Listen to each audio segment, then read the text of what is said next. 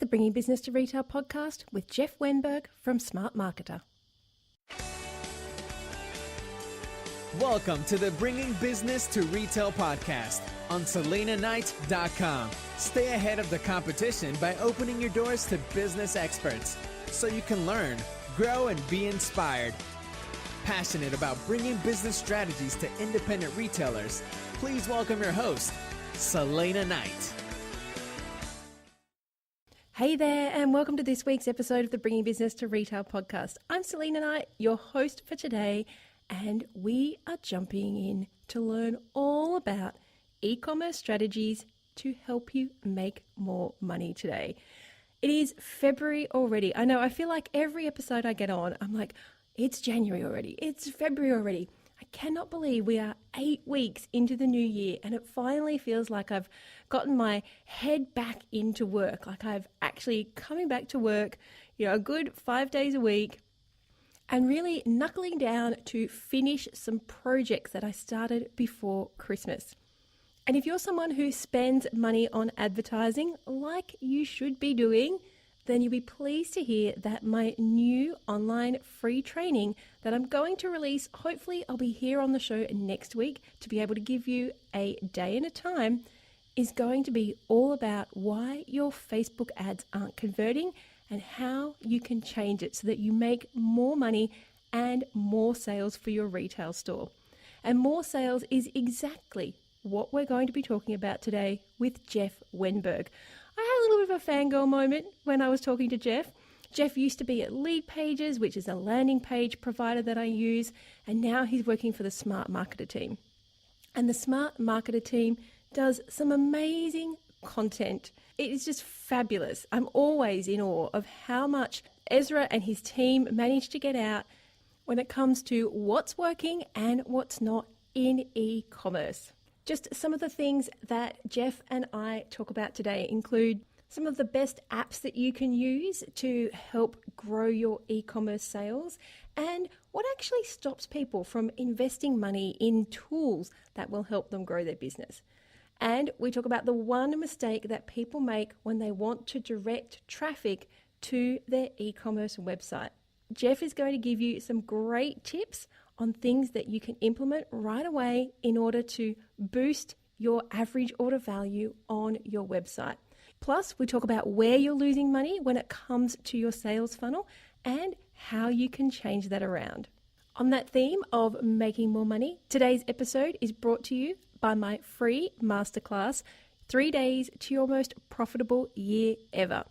If you want to learn the strategies that you can put in place in your retail business to grow your store and make this your most profitable year, then head on over to SelenaKnight.com/3 days and grab the free training. That's at SelenaKnight.com/3 days and grab your free 3-day training to make this your most profitable year ever. Now let's jump into today's episode with Jeff Wenberg from Smart Marketer and Zipify apps. Just some of the things that Jeff and I talk about today include some of the best apps that you can use to help grow your e-commerce sales and what actually stops people from investing money in tools that will help them grow their business. And we talk about the one mistake that people make when they want to direct traffic to their e-commerce website. And Jeff is going to give you some great tips on things that you can implement right away in order to boost your average order value on your website.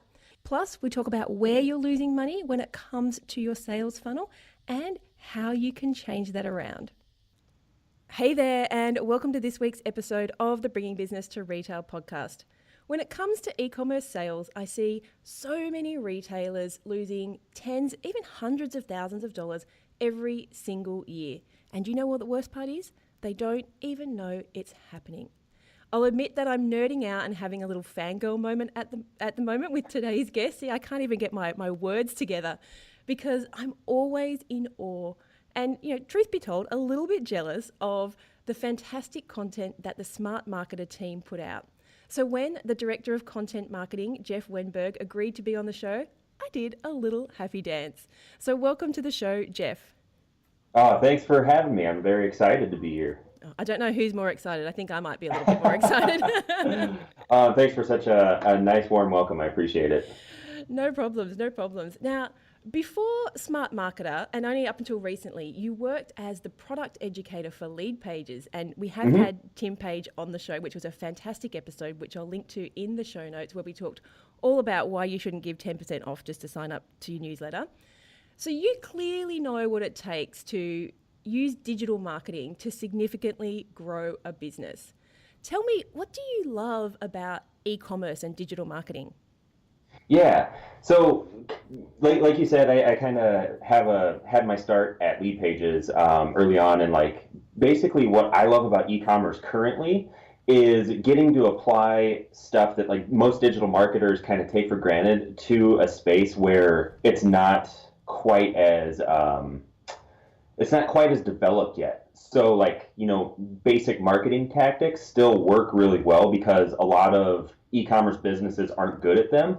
Whereas in the internet marketing space or digital marketing space, they're kind of like old tired methods, but nobody's applied them. Well, like I shouldn't say nobody, but not everybody has applied them in the e-commerce space. So it's really fun to see, how can I apply this thing that I learned in the past to my future in e-commerce, and also seeing it work similar to how it used to work in just the straight like info marketing space.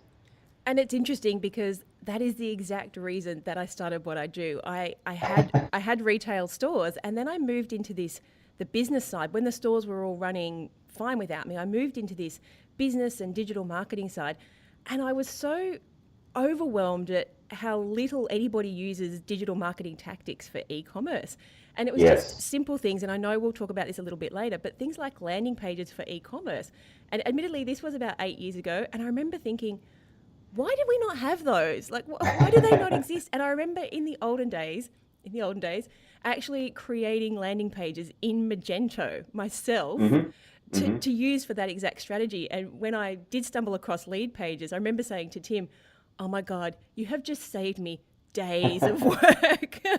Yeah, absolutely. And one thing that like kind of talking about landing pages, like one thing that's like really great about Zipify Pages, which is one of the apps that the Smart Marketer app company Zipify has created, is it's specific for Shopify. So like one kind of unique benefit there is that you can take the kind of same landing page builder style of software like Lead Pages or ClickFunnels or whatever, but have something specifically built for Shopify, because Shopify is a little bit of a different animal compared to like WordPress or something like that. So to have something that's like built into Shopify that works perfectly with it, I just wanted to note that like that's kind of like a big difference there, and it makes creating pages for your Shopify store like kind of what you were just saying, like just a breeze. And like you saved me a ton of time just because we're all in on Shopify, and it's just an awesome platform to use for e-commerce. And then coupled with the ease of an awesome landing page builder, it's your one-two punch. And okay, people are probably thinking, what are landing pages? Because not everybody Yeah, is totally. up on digital marketing. So tell us, we kind of glossed over, tell us a little bit about what Smart Marketer does. Yep. So Smart Marketer is kind of the info marketing, part of the company. So like basically there's two parts. There's Smart Marketer and there's Zipify. Zipify is the app side, like that does Zipify Pages and one-click upsell and that sort of stuff. So they're like e-commerce apps. And then Smart Marketer is the info side. So basically they kind of like work in tandem where things that we find out from deploying the apps and like optimizing conversions, we then create information to share with our audience in Smart Marketer, and then vice versa. So like information we get from Smart Marketer can inform various like app updates or stuff like that. So those are the two different arms, and that's kind of like the gist of what we do. And so Smart Marketer is the content side. That's where you've Yeah, got exactly. your weekly videos, you've got trainings, you've got Yep. courses, all good e-commerce related content. And then the Zipify side, which is the side which makes my heart sing. Both sides make my heart sing. But Yep. Zipify is just, it's to me, it's the hack that it's like the number one hack if you've got Shopify that is costing you hundreds, tens, even hundreds of thousands of dollars every single year if you're not using it. Yeah, exactly. Okay, so speaking of apps, these things aren't free, so your products aren't free. I don't think they're particularly expensive, and I do think you most certainly get return on investment. But I'd love to know what do you think is the biggest reason that stops independent retailers? So not people like your Boom Social with your $25 million turnover. I was watching that video just recently, and of course one of my clients was watching it, and she's like, Ezra Firestone did $25 million in sales. I said, yes, but did you see how many millions of dollars he spent in ads? Do you have some? Right. So it's all just scale. We have to we have to start off and then we have to scale. So what do you think holds people back from actually investing in apps and other growth tools that will see return on investment if they implement them? Yeah, I honestly, I just feel like it's lack of understanding of why you need it. Because kind of like, going back to just a previous statement that you had asked about, like the difference between a landing page and, like just a non-landing page, or like why somebody would even need a landing page. That's like a huge question that, as marketers, we probably take for granted, like, oh, everybody knows that. But it's actually, there's some key characteristics of each, right? So just a regular page doesn't have necessarily like a single call to action.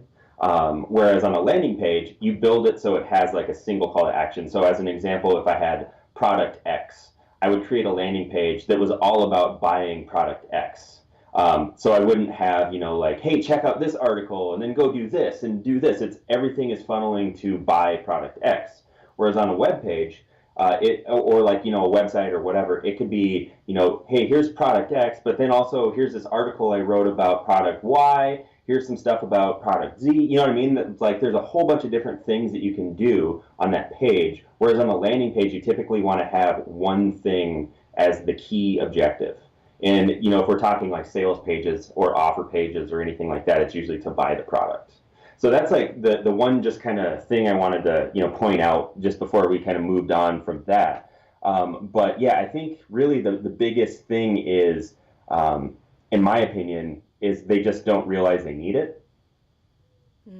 Yes, and that's all about education, and that's why you have that whole other side of the business.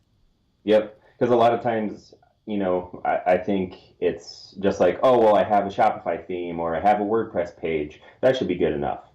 And it's like good enough for the basics, absolutely like perfect for the basics. But if you're really trying to optimize sales and grow revenue and that sort of stuff, you need to have more, like long form pages that have the typical sales elements on them and the typical copy elements on them that basically all work together to help you sell more of your product. And I know a lot of people are probably thinking, we get so caught up in things like SEO and making sure that you've got long tail keywords. Try saying that fast 5 times. But what I love about a landing page is you aren't constrained by product page design. So you don't have to have the buy now button on the right 2/3 of the way down.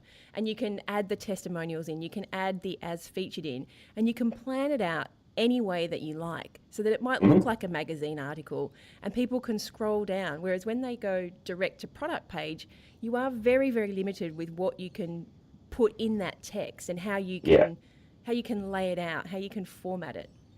Yeah, and that's a really good point, because like a lot of times those themes that you get aren't necessarily built for conversion.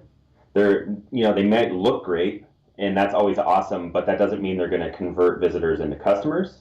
Whereas Zipify pages, that's like all of our templates are tested on our e-commerce stores, like you were talking about, Boom by Cindy Joseph. That's Ezra's main brand, like e-commerce brand outside of Smart Marketer and Zipify.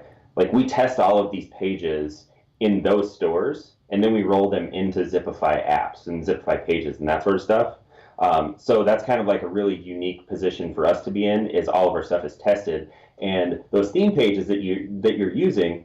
As I was saying, they might look great, but that doesn't mean they're, tested and optimized to make sure you're getting the most out of your pages. Whereas with the Zipify Pages template, we've done all the testing and everything to find out, like, if you put, this content here with images on the left and then images on the right and, all the way down the page, and then finally there's this buy button, all these like sales elements are built into these pages to basically just, I don't know, give you a better footing for when you get started. And if you're anything like me, I cannot design for crap. I am totally with you on that. Which is, one. I think, why I love lead pages so much. It's literally like, change the blue to yellow. Sure. Put my content here. They'd figured everything out. They know what converts, and that's what I love about Zipify as well. Is you guys have tested it all. Don't overthink this thing. Just drag and drop your pictures. Just replace your pictures. Replace the text. Replace the testimonials. Yeah. Absolutely. I always recommend people don't start from scratch, because like you just said, and I'm in the totally same boat. Like, I've been, building landing pages for years, and I still don't start from scratch. I always try and find a template that gets me like 80% of the way there, and then customize the last 20%. And usually that's just like you said, putting in your own pictures and your own copy and stuff, because let the templates that have been tested do the heavy lifting, and then you just customize the last little bit to make it work for what you need. Because if I had to design a page from scratch, I'd be in a bad situation. It's like my graphic. This is why if you are not in that camp of great visuals and great design, you have a great graphic designer who literally gets emails like, "Can you please make this look pretty?" and she comes back with awesomeness because we've been working together so long. But half the time I can't even describe. We had a call yesterday and I was like, so with this logo, I kind of want it to be blue and yellow, and that's it. That's all you have. But great designers, and what we have to appreciate when you're saying these have been tested is they've been tested on brands that do literally millions and millions of dollars of turnover. So they know what works. They know that if you move something to the right slightly, you're going to get better sales because you've done the testing. You've done the testing on Boom by Cindy Joseph, and you've got all of the people who use the apps who give you the feedback. And this is why sometimes it's just better not to reinvent the wheel. Yep, absolutely. And if there's a way to keep things simple, I always recommend doing that and then optimizing from there and using Zipify Pages to build out your landing pages. Definitely is an easy way to get 80% of the way there. What is the one mistake, apart from messing with the layout, that you see people make when it comes to directing traffic to a website, to an e-commerce website? Let me see. So are you meaning like from ads and stuff, or like on the pages themselves, or? Either. Yeah, I mean, really, it kind of is both, like ads and landing pages, but typically they don't tell people the benefit they're going to get out of using whatever they're selling, both in the ad and on the landing page. Whereas, it's cliche to say, but people don't care about you. They only care about themselves, and, they want to know what's in it for them and all that stuff. But people don't put that stuff in their ads and on their landing pages enough. And sometimes it's hard to get into the headspace of the person who's buying it and work out. I remember I had this exact discussion with one of my clients a couple of days ago because she's looking to get new stockists for her skincare range.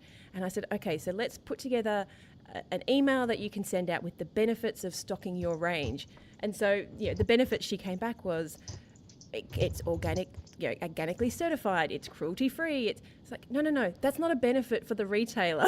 The benefit, what they want to know, what is going to make the customer come into their shop to buy your product. So she really had to think about that. And then she came back with a whole bunch of other things like, my prime client is 40 to 50, has a high disposable income, and looking at your products, we've decided that they would go well together. And I'm like, yes, that's a benefit for the retailer.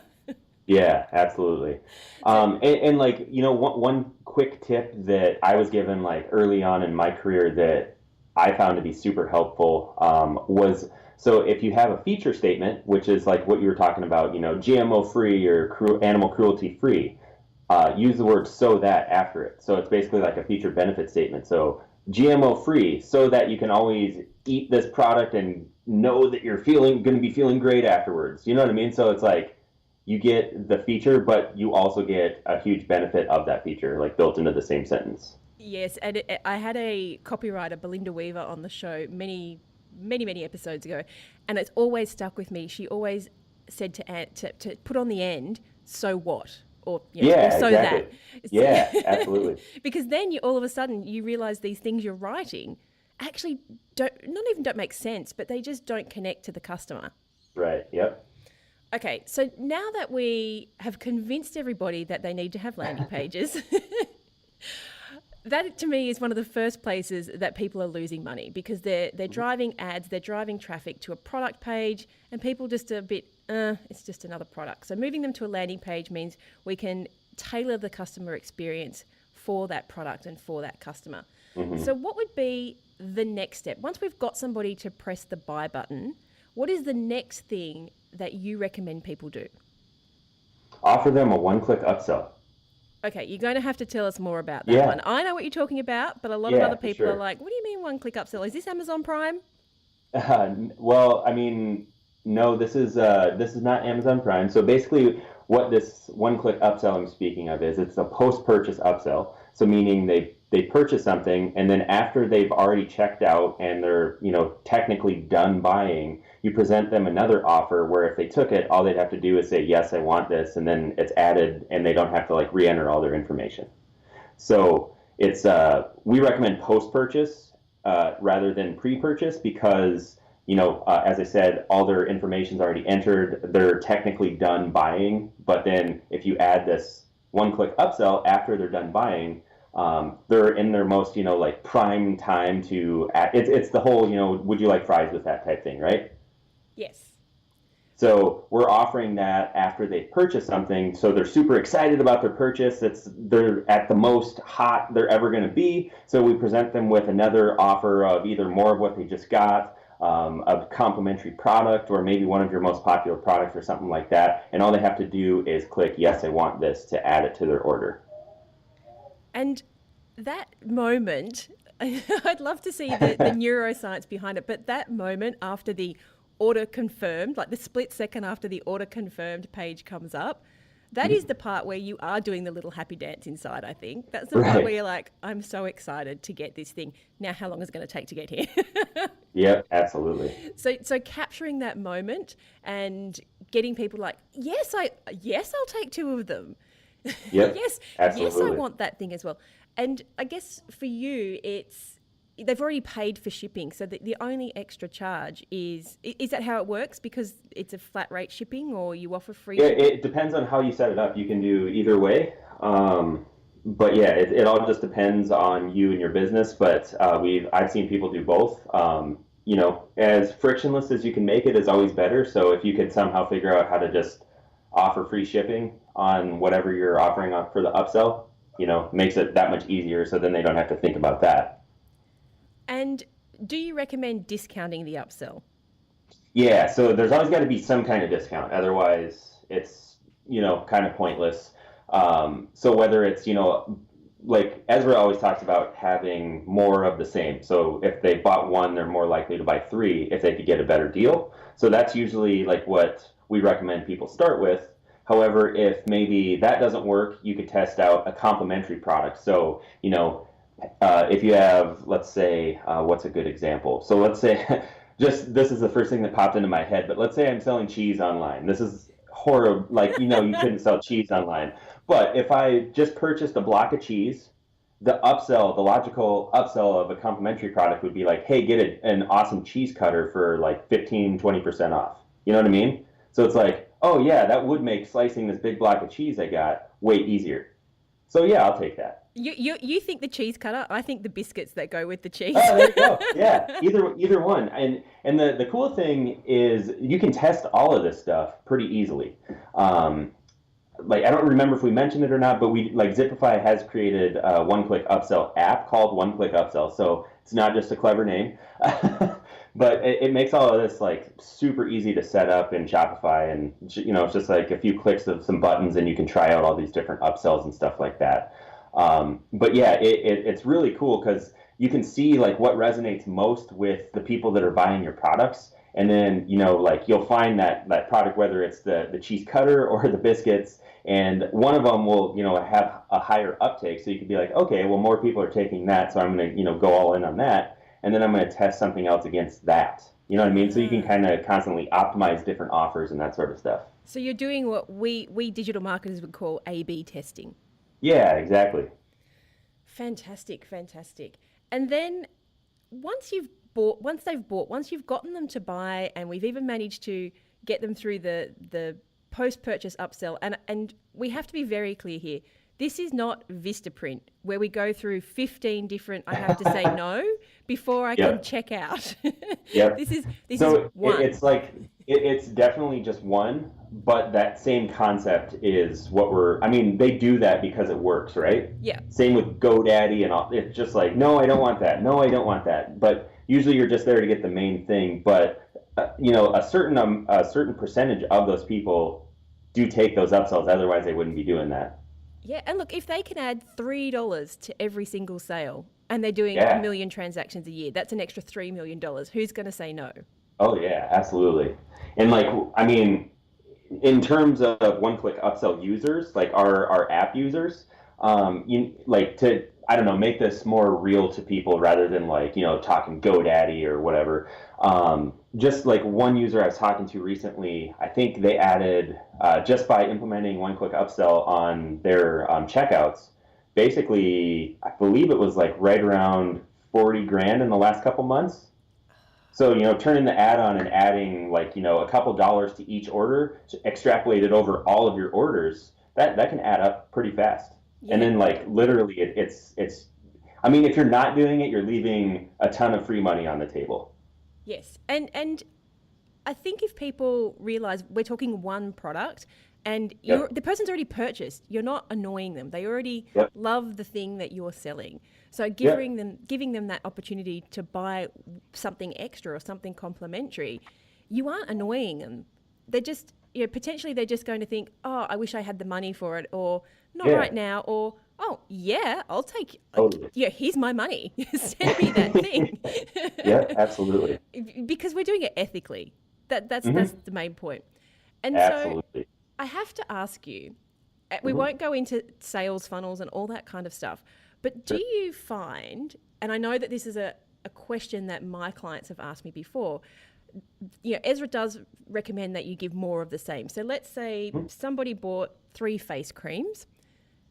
Do you find that people don't return as often because now they've got 3 months supply? Oh, that's a really good question. I don't have a solid answer for you on that. However, logic would tell me once their supply's up, assuming they're, into the product that they bought, it's a good product, they have a good experience. Once their supply's up, I wouldn't see why they wouldn't come back, especially if you have a product where you need to keep buying it to replenish your stock. And I guess that's where your sales funnels come into it.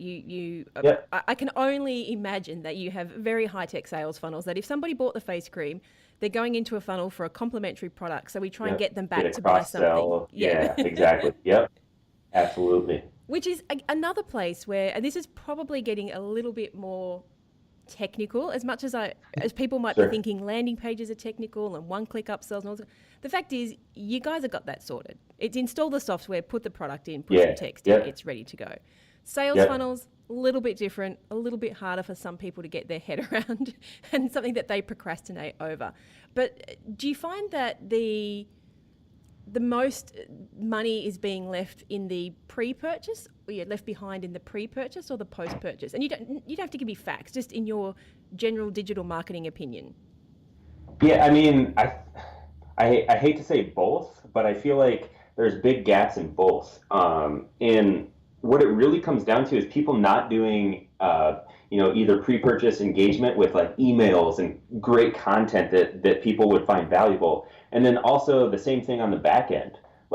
engage with the people that bought with you, give them a good experience, and then offer them more products that are, like we've been talking about, complimentary stuff or more of what they bought at a certain point. You know what I mean? Like I feel like that's one big area of e-commerce that I see a really, really easy way to improve sales and revenue and everything is just, like even basic email marketing. A lot of people, aren't doing. So like somebody buys, as an example, their post-purchase email sequence is basically just like their receipt and like, thanks for buying.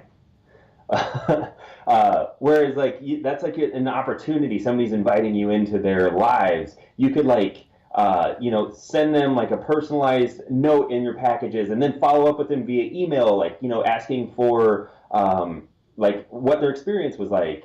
You could even just like, hey, here's some content. Here's what to expect next. That's a big one that Ezra always recommends is thanks for purchasing. Here's what to expect. So you can like, let them know that like the package is going out the next day from their order, when to expect it, how long shipping times are, all that kind of stuff.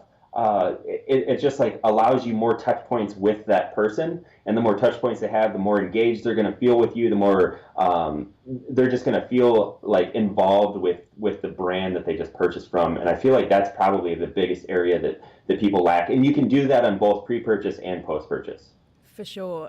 It's one of the things that we implemented right from the beginning. We used to have a really cool little thank you email that went out, and it was, I can't remember it exactly, but it was something along the lines of, we're going to handle your package as carefully as a chef who's just chopped 100 chilies. And just making it a little bit fun, because and this is something I see indie retailers are able to do so well, because they do know their customers. They're not sending out 50,000 orders every single day. They can afford to spend a little bit more time on that nurture sequence, on customizing the experience. But like you said, just telling people when they can expect the package is, we generally dispatch within 48 hours. And if you're in these areas, you should get it in the next 4 to 5 days. And telling people along the line where the parcel is, because these days lots of tracking systems are built into the main e-commerce platform. So that's all integrated. Right. You don't have to do anything. You just have to take the time to research and say, this would make me happy. I love knowing that my parcel's going to arrive today. Yeah, totally. It builds that excitement. And I think one of the things that we used to do back before all this, I've been in e-commerce for about 10 years now. So back before all these things were automated, is we would quite often, if someone had done a decent sized order and we were packing it, we'd pick up the phone and say, hey, we're just packing up your order. Did you want to add anything else? This is what what you've automated. Yeah. But sometimes you just, I don't know, if you had a bit of spare time, we'd pick up the phone, and in worst case scenario, you were telling them that someone was, a physical person was packing their order. And probably 50% of the people would add at least another $50. So nice. Even back in the day, before automation made this so much easier, people love that connection. They love the personal experience, and that is something that an independent retailer can give that the big stores can't. Yeah, absolutely. And it's an opportunity too to show the personality of your company. Whether it's like you're a solopreneur or you're a big team, like it allows you to showcase that and let people see it and connect with it. Just another little. I love apps. I'm a bit of a nerd queen. So I have got one client who, there's a little app called Bonjoro, and we've got it automated. So when an order comes through, it sends a little message to her phone, and she opens the Bonjoro app, and you can record like a 60-second customized video to the person. And awesome. So she does hi Sam, I'm here packing your order. It'll be dispatched this afternoon. Hope you love everything. Just wanted to give you an update. So literally, 5 or 10 seconds, presses the button, the app sends it off. But she's getting such amazing feedback from that. And of course, people will shop if you show them that you are... Make them feel good. Yeah. How cool is that, to receive a little video to show that your package is being put together? And that's like the crazy thing, like people have become so used to a crappy customer service experience, or like not even customer service experience, just like a crappy experience. From like any kind of big box retailer, anything that like that. It's crappy is the norm, which is kind of a bummer to say, but like all you have to do is go a little bit above crappy, and it's like, oh my God, these guys are awesome. It's so great. You know what I mean? And like what you're saying, the little Buongiorno app, that's like just a little touch where it takes her like 15 to 20 seconds.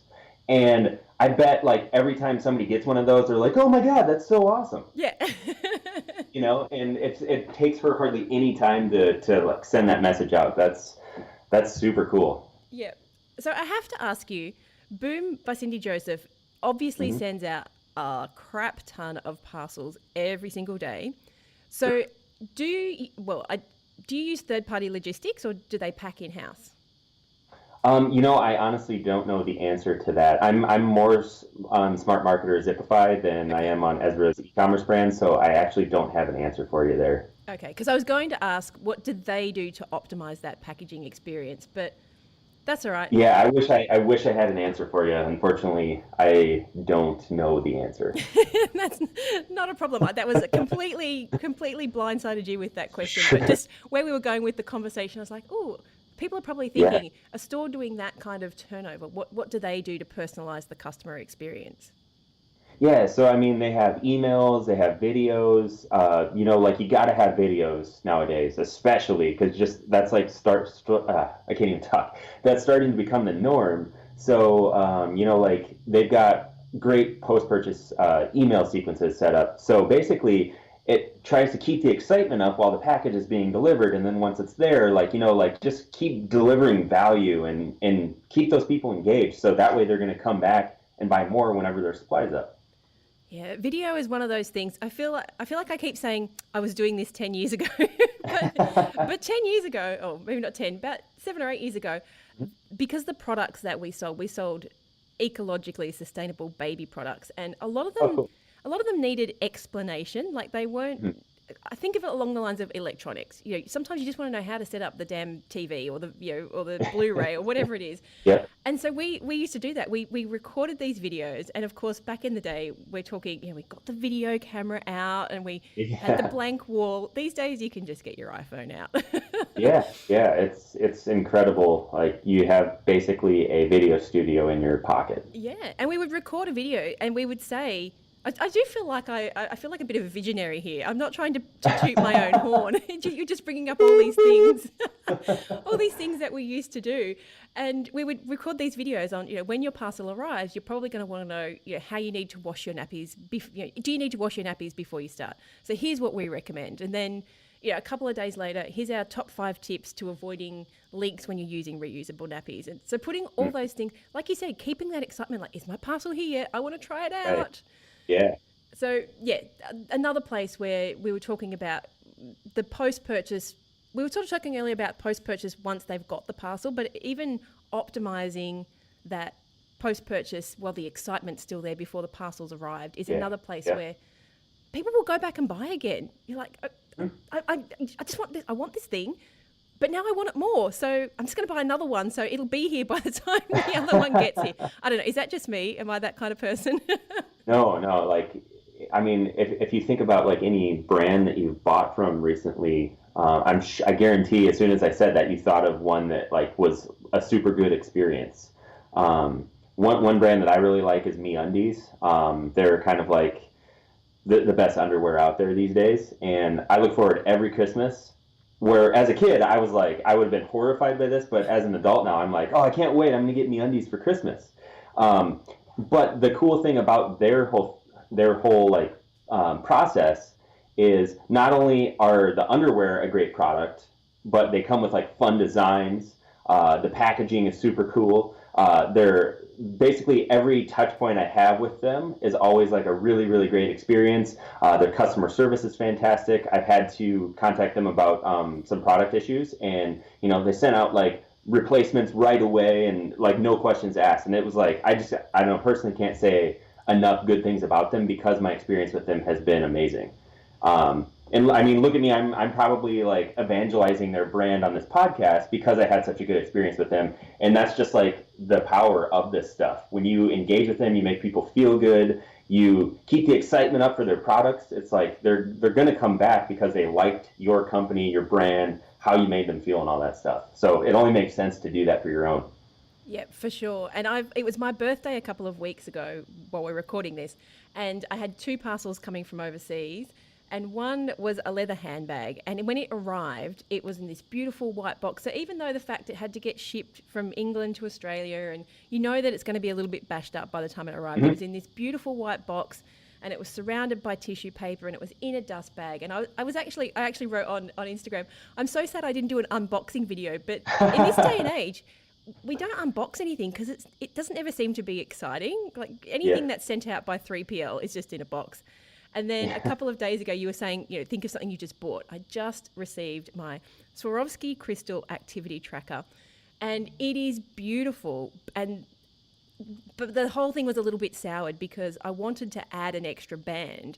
And when I emailed their customer service, clearly it was outsourced, 3 days to get back to me to say they didn't have any bands in stock. But they didn't tell me where I might be able to get them or when they might be back in stock. And I was just like, I wanted to buy more. I didn't even have the product, and I wanted to buy more. And then when it arrived, it did arrive in the 3PL sort of box that it turned up in. But when I opened it, the actual Swarovski box, as you can imagine, is absolutely beautiful. And I did feel a little bit let down. I was so excited and ready to purchase. And when it arrived, I was like, because I'd had the other experience from Radley with this beautiful box arriving, I was a bit like, the bar got set high. And then when I opened it, I was like, this is what I was expecting. So I think that disconnect between this is what I'm expecting from a really good quality brand to what actually arrived, the bit in between was the bit that let it down. And I'll tell you about it. I'll be like, the actual product is great, but maybe try and buy it somewhere else. Don't buy it off their website, because it was a bit, they didn't really want to help me. It arrived really quickly, but the experience wasn't there. And when you're paying good money for a high quality product, you want the experience. That's why you buy a luxury good. And that's actually highlights my point of the level of quality people expect these days, and that these companies are giving out is the bar is so low that all you have to do is step it up a little and you're already above them. Stick it in a white box instead of a brown box, and you've already gone up. You've already gone up in stature. Yeah, exactly. Okay, so apart from MeUndies, what is your favorite store? I also really love Dollar Shave Club. It's a product that I've been a member of for, I guess, probably 2 or 3 years now. So just in case anybody doesn't know Dollar Shave Club, it's just a service you subscribe to, and every month or 2 or 3 months you get razors and kind of bathroom products shipped out to you at a good price, which is awesome too. So one thing that I love about them is they are masters at what we've just been talking about, that experience. So you order, they send you emails hey, your order's coming up. Do you want to add anything to your box before we get it packed up? So that's the first thing. And then, once that happens, they let you know it's coming out, and then they give you tracking that you can track it all the way. And then once it's there, the box is really nice. The packaging inside is super nice. And then there's I think it's it's not a comic, but it's along those lines of, it's bathroom news, I think is what they call it. And, it's just it goes with the motif of the product, where it's shaving cream and hair gel and all that kind of stuff. But then the products are fantastic. And the best part of it for me is I don't have to go to the store to get hair gel. I don't have to go get razors. I don't have to, do anything. And then when, something breaks, I've reached out to them a couple times, and they've just been oh man, so sorry about that. I'll get a new one out to you right now. And it's just, just a great experience all around. So, I mean, I've been on their recurring system for, like I said, I think 2 or 3 years, and have no signs of not continuing. And that's just, I guess, I'm saying that to highlight, what a good experience can do for a business. And they have great flat lays. Their Instagram and their ads are great. So that's what I would expect. I obviously not in the market for razors. Right. But seeing their ads, seeing their branding, that is what I would expect if I receive their package. Maybe you need to reach out to the MeUndies people and tell them that they need to start a subscription business. Yeah, I think they actually do have one. But I think it's geared towards people that wear their underwear once and then throw it away. Yeah, that's a good tip for them for sure. But really, one new pair a month, 12 pairs of undies, that's surely after a year you need a new pair. Yeah, So it right. seems to me like a pretty obvious, Yeah. even one every 2 months. Yeah, absolutely. All right, we might have to pitch that to them. All right, well, thank you so much for being on the show. You have shared so much information. If people want to know more about Smart Marketer or Zipify, where can they go to find out? Yep, so they can go to smartmarketer.com for anything e-commerce info related, or they can go to zipify.com for anything e-commerce app related. And I definitely recommend checking out both, especially if you're on Shopify or thinking about building out an e-commerce store. Just get started with the right tools right away.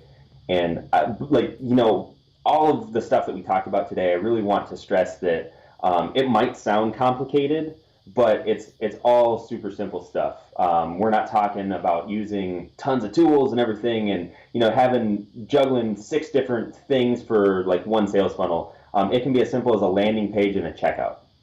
Just doing it the most effective way is what we really want to encourage you to do, and that's kind of like one of our selling points for all of the Zipify apps is it makes it easy to do all that stuff. And I have to say, you'll be addicted once you see the money rolling in. You'll be like, why didn't I do this earlier? How many more products can I do it to? Yeah. Thanks so much for being on the show. Thanks for having me. I hope you enjoyed this week's episode of the Bringing Business to Retail podcast. You can find all of the show notes over at selinaknight.com. If you found something that you heard today particularly useful, I'd love it if you could leave me a review on iTunes or Stitcher. And of course, feel free to share this episode with someone that you think could benefit by listening to it. Want more retail biz strategies? You can watch the Bringing Business to Retail TV show, where each week I'll answer a question or provide you with a simple, actionable retail biz strategy that you can implement in your business right away. If you have a question or a guest, I'd love to hear from you. Drop my team an email at podcast@selinaknight.com, and I'll see you on the next episode. Have a great week.